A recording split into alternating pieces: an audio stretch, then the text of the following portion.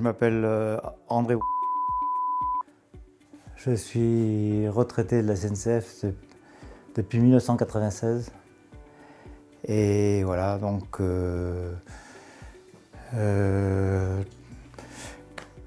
comment dirais-je, je partage avec mon épouse notre vie entre la région parisienne et la Corrèze. Comment avez-vous découvert votre maladie? C'est par des maux de ventre. Des maux de ventre et un amaigrissement assez prononcé. J'ai perdu 9 kilos.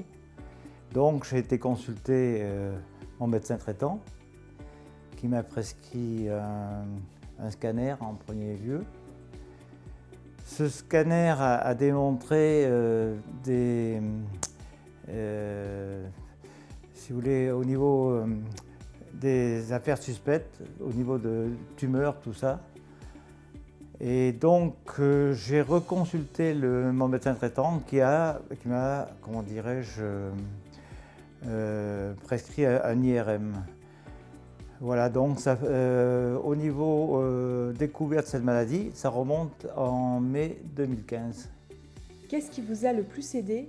Qu'est-ce qui vous a le moins aidé? Le plus, c'est d'avoir l'assurance d'un premier gastro-entérologue qui m'a rassuré. Le deuxième gastro-entérologue que j'ai vu donc, dans un hôpital parisien qui me suit depuis 2015. Donc depuis 2015. Ça m'a beaucoup aidé parce que les traitements ont été efficaces, tout se passe bien jusqu'à maintenant. Quand j'ai passé mon premier scanner,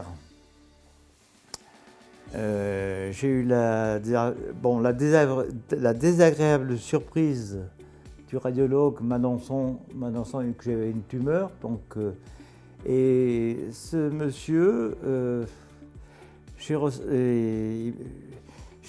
il n'avait pas un brin de psychologie, carrément, c'était vraiment le pavé dans la mare, quoi. Donc, et j'ai passé 4 jours où ça a été très dur en attendant le résultat de ma biopsie, mes examens médicaux et après la consultation du premier gastro-entérologue où qui m'a mis en confiance. Il m'a dit que je vais m'en sortir, c'était pas un cancer important donc, comme ça, donc il m'a mis en confiance.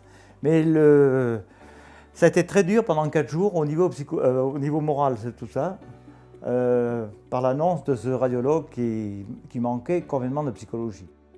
Quels conseils donneriez-vous aux patients?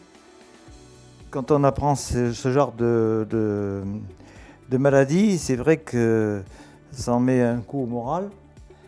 Mais il faut y croire, c'est-à-dire maintenant il y a des moyens de soigner, il y a des nouveaux traitements, donc il faut y croire. Et je peux dire, moi, depuis 2015, bon, ça va pas trop mal avec les traitements, les consultations, d'abord semestrielles, trimestrielles. Je donne conseil. Il faut espérer et continuer à être confiant.